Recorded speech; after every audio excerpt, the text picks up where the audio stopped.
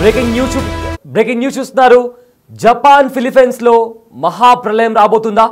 అయితే బాబా వంగ చెప్పిన జోస్యం నిజం కాబోతుందా? బాబా వంగతో పాటు తత్సుకి కూడా ఒక జోస్యం చెప్పారు.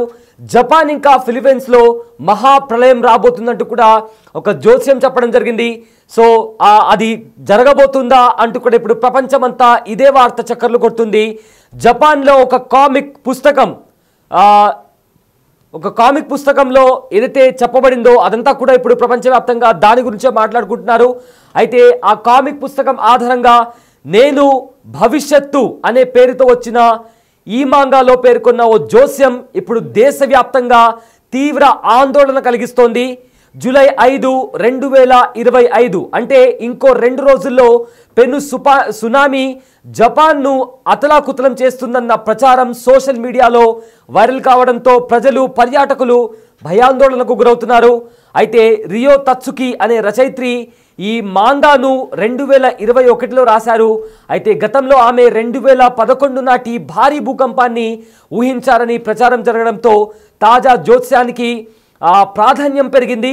జపాన్ ఫిలిప్పీన్స్ మధ్య సముద్ర గర్భంలో భారీ పగుళ్లు ఏర్పడి 2011 నాటి సునామీ కన్నా 3 రెట్లు పెద్ద విపత్తు సంభవిస్తుందని అందులో పేర్కొన్నారు. అయితే ఈ ప్రచారం హాంకాంగ్, తైవాన్, చైనా వంటి తూర్పు ఆసియా దేశాల్లో వేగంగా వ్యాప్తి చెందడంతో జపాన్కు పర్యాటకులు రాకపై తీవ్ర ప్రభావం పడుతోంది. అయితే ఈ పుకార్ల కారణంగా జపాన్ పర్యాటక రంగం ఇప్పటికే కుదేలవుతుంది. పలు విమానయాన సంస్థలు తమ సర్వీసులను తగ్గించగా పర్యాటక బుకింగ్లు 30% వరకు పడిపోయాయి. ముఖ్యంగా కొన్ని ప్రాంతాల్లో అయితే హాంకాంగ్ నుంచి వచ్చే బుకింగ్లు ఏకంగా 50% తగ్గాయి. ఈ పుకార్ల వల్ల జపాన్ ఆర్థిక వ్యవస్థకు సుమారు 560 బిలియన్ల యోన్లు అంటే దాదాపు $3.9 బిలియన్ల నష్టం వాటిల్లే ప్రమాదం ఉందని నమూరా రీసెర్చ్ ఇన్స్టిట్యూట్ నిపుణులు అంచనా వేస్తున్నారు.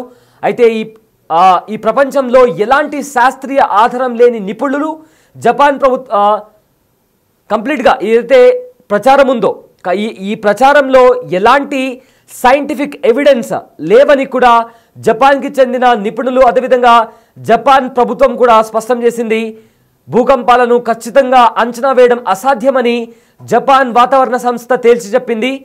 ఇలాంటి ఆధారాలు లేని పుకార్లు పర్యాటకాన్ని దెబ్బతీయడం తీవ్రమైన సమస్య అని మియాగి ప్రావిన్స్ గవర్నర్ యోషోహిరో మరాయ్ ఆందోళన వ్యక్తం చేశారు. అయితే మరోవైపు ఈ మాంగా రచయిత్రి రియో తత్సుకి సైతం ప్రజలందరూ కూడా ఆందోళన చెందొద్దని కూడా ఆవిడ అంటున్నారు. అయితే కంప్లీట్గా కూడా ఎవరైతే నిపుణులు ఉన్నారో ఆ నిపుణుల మాటలను కూడా విశ్వసించాలని కోరారు. అయినప్పటికీ కూడా సోషల్ మీడియాలో పుకార్ల ప్రభావం కొనసాగుతూనే ఉంది. అయితే బిగ్ టీవీ స్క్రీన్ పైన బాబా మాంగా ఫోటో మీరు చూస్తున్నారు. అదేవిధంగా పైన ఉన్న ఫ్రేమ్లో రియో తత్సుకి ఫోటోని కూడా చూస్తున్నారు.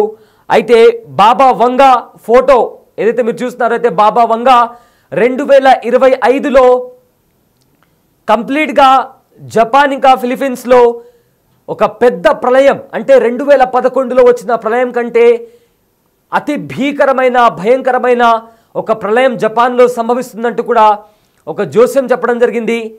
అయితే దాన్ని తత్సుకి కూడా ఒక కార్టూన్ ద్వారా, ఒక కామిక్ ద్వారా కూడా దాన్ని రాయడం జరిగింది.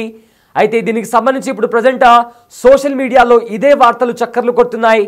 సో దీంతో జపాన్ పర్యాటకం పైన కూడా తీవ్ర ప్రభావం చూపిస్తుంది. ఇప్పటికే ఏకంగా దాదాపు $3.9 బిలియన్ల నష్టం వాటిల్లే ప్రమాదం ఉందని కూడా నొమూరా రీసెర్చ్ ఇన్స్టిట్యూట్ నిపుణులు కూడా అంచనా వేస్తున్నారు. బిగ్ టీవీ స్క్రీన్ పైన బాబా వంగ అదేవిధంగా తత్సుకి వీళ్ళిద్దరి ఫోటోస్ మనం చూస్తున్నాము. వీళ్ళిద్దరూ ఒక జోస్యం చెప్పారు. అయితే 2011లో కూడా ఇలాంటి ఒక జోస్యం చెప్పారు. సో దాంతో 2011లో కూడా సేమ్ అలానే జరిగింది. ఇప్పుడు కూడా వీళ్ళు చెప్పే జోస్యం 2025లో ఏదైతే ఆ పెద్ద ప్రళయం వస్తుంది అని వీళ్ళు ఏదైతే జోస్యం చెప్పారో 2011లో కూడా జరిగింది కాబట్టి 2025లో కూడా అది రిపీట్ అవుతుంది. జపాన్ అంతా కూడా అతలాకుతలం అయిపోతుందంటూ కూడా చాలా మంది దాన్ని నమ్మడమే కాకుండా సోషల్ మీడియాలో షేర్ చేస్తున్నారు. సో దీంతో జపాన్ పర్యాటకం పైన తీవ్ర ప్రభావాన్ని చూపిస్తోంది. సో చాలామంది సోషల్ మీడియాలో దీనికి సంబంధించి కామెంట్ చేస్తున్నారు. ఖచ్చితంగా జపాన్లో అతిపెద్ద ప్రళయం రాబోతుంది అంటూ కూడా సోషల్ మీడియాలో పెద్ద ఎత్తున ప్రచారం జరుగుతోంది. సో ఈ ప్రచారం కారణంగా ఏకంగా $3.9 మిలియన్ల రెవెన్యూ జపాన్ నష్టపోయే ప్రమాదం ఉందని కూడా చాలా రీసెర్చ్ ఆర్గనైజేషన్స్ కూడా స్పష్టం చేస్తున్నాయి. అయితే ఇప్పటికే జపాన్ ప్రభుత్వం కూడా తమ సైడ్ నుంచి కూడా ఒక ప్రకటన వెల్లడించింది. ఆ ప్రకటనలో భూకంపాలను, సునామీలను మనము ముందుగానే పసిగట్టలేము. సో ఏదైతే పుకార్లు బయటకు వస్తున్నాయో ఆ పుకార్లలో ఎలాంటి సైంటిఫిక్ ఎవిడెన్స్ లేవు. ఇవన్నీ కేవలం పుకార్లు మాత్రమే, కేవలం ఇద్దరు వ్యక్తులు ఊహించి రాసిన కథనాలు మాత్రమే. సో దీన్ని ముందుగానే మనము ఊహించలేము అంటూ కూడా జపాన్ ప్రభుత్వం స్పందించింది. అయితే పర్యాటకులు కూడా ఎవరు భయపడకూడదు అంటూ కూడా జపాన్ ప్రభుత్వం ఈ మేరకు చెప్పడం జరిగింది. అండ్ ఆల్సో తత్సుకి కూడా దీనికి సంబంధించి కూడా ఒక మెసేజ్ అయితే ఇవ్వడం జరిగింది. ప్రజలు ఎవరు కూడా భయపడకండి, మీరు ప్రభుత్వం పైన విశ్వాసం పెట్టుకోండి. కంప్లీట్గా కూడా ఏదైతే ఆ విశ్వాసం ఉందో అది ఉంటేనే ఒక దేశంలాగా మనం ముందుకు వెళ్ళగలమంటూ కూడా ఆవిడ కూడా ఒక స్టేట్మెంట్ ఇవ్వడం జరిగింది.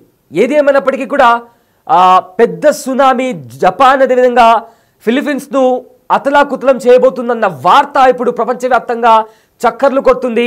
ఒకవేళ ఆ ప్రళయం వస్తే గనక జపాన్ అంతా కూడా ప్రపంచ పటం నుంచి తుడుచుకోబెట్టుకోబోతుందన్న వార్తలు కూడా చక్కర్లు కొడుతున్నాయి. సో దీంతో ఆల్రెడీ జపాన్లో ఉన్న పర్యాటకులు కూడా భయపడుతున్నారు. అయితే మొత్తానికి ఇది జరుగుతుందా జరగదా అని పక్కన పెడితే సాధారణంగా ఇలాంటి పుకార్లు ఇన్ జనరల్గా కూడా కొంతమంది చేస్తూ ఉంటారు. అయితే కొన్నిసార్లు వాళ్ళు చేస్తున్న నిజం అవుతాయి, కొన్నిసారి అవ్వకపోవచ్చు. బట్ ఏది ఏమైనప్పటికీ కూడా సైంటిఫికల్లీ నిజంగానే వాస్తవానికి భూకంపాలు అదేవిధంగా సునామీ ఇలా న్యాచురల్ డిజాస్టర్స్ ఏవైతే ఉన్నాయో అవి ముందుగానే ఎవరు పసిగట్టలేరు. అంటే ఫలానా టైంకి ఫలానా తేదీకి వస్తుందని ఎవరు కూడా స్పష్టంగా చెప్పలేరు. ఫర్ ఎగ్జాంపుల్ నిజంగానే అలాంటిది రావచ్చు అనేది కూడా ఒక క్వశ్చన్ మార్క్ మనం రేస్ చేయొచ్చు. కానీ ఖచ్చితంగా ఏదైతే వీళ్ళు బాబా వంగ కానీ తత్సుకి కానీ చెప్తున్నారో జూలై 5, 2025 ఖచ్చితంగా ప్రళయం వస్తుంది అని వీళ్ళు ఏదైతే భవిష్యవాణి చెప్పారో అందులో ఎలాంటి వాస్తవం ఉండకపోవచ్చు. ఎందుకంటే నిజంగానే న్యాచురల్ డిజాస్టర్కి సంబంధించి కూడా ఖచ్చితంగా మనం ఎవరం కూడా అలాంటి శక్తి మనుషులకి ఎవరికి లేదు. సో ఇలాంటి వార్తలు వస్తున్న నేపథ్యంలో మనము అలాంటి పుకార్లను నమ్మాల్సిన అవసరం కూడా లేదు. ఎందుకంటే ఇవన్నీ కూడా వాళ్ళు భవిష్యవాణి అంటే ఒక జ్యోతిష్యం పరంగా లేదా వాళ్ళకున్న కాస్త అవగాహన కారణంగా వాళ్ళు అవి చెప్పి ఉండొచ్చు. కానీ వాస్తవానికి సైంటిఫిక్ ఎవిడెన్స్ అంటే సైంటిస్టుల పరంగా నుంచి ఎలాంటి ఎవిడెన్స్ కూడా లేదు. ఒకవేళ నిజంగానే సునామీ వచ్చినా కూడా లేదా నిజంగానే ఒక పెద్ద ప్రళయం వచ్చినా కూడా దాన్ని చాలామంది సైంటిస్టులు చెప్తున్న వాళ్ళ వాదన ప్రకారం అది జస్ట్ ఒక కోఇన్సిడెన్స్, యాదృచ్ఛికం అయి ఉంటుంది తప్ప నిజంగానే వాళ్ళకేదో శక్తులుండి వాళ్ళు నిజంగానే అది ముందుగానే ప్రెడిక్ట్ చేశారు అనేది కూడా ఎక్కడా ఉండదు. అది కూడా ఇప్పటికే జపాన్ ప్రభుత్వంతో పాటు చాలామంది నిపుణులు కూడా ఇదే చెప్తున్నారు. సో ఎస్ జూలై 5న ఏం జరగబోతుందనే ఒక ఉత్కంఠ ఇప్పుడు ప్రపంచవ్యాప్తంగా నెలకొంది. సో ఫర్దర్గా సోషల్ మీడియాలో కూడా ఇలాంటి కామెంట్స్ ఇలాంటి పోస్ట్లే సోషల్ మీడియాలో కూడా చాలా ఎక్కువగా కనిపిస్తున్నాయి.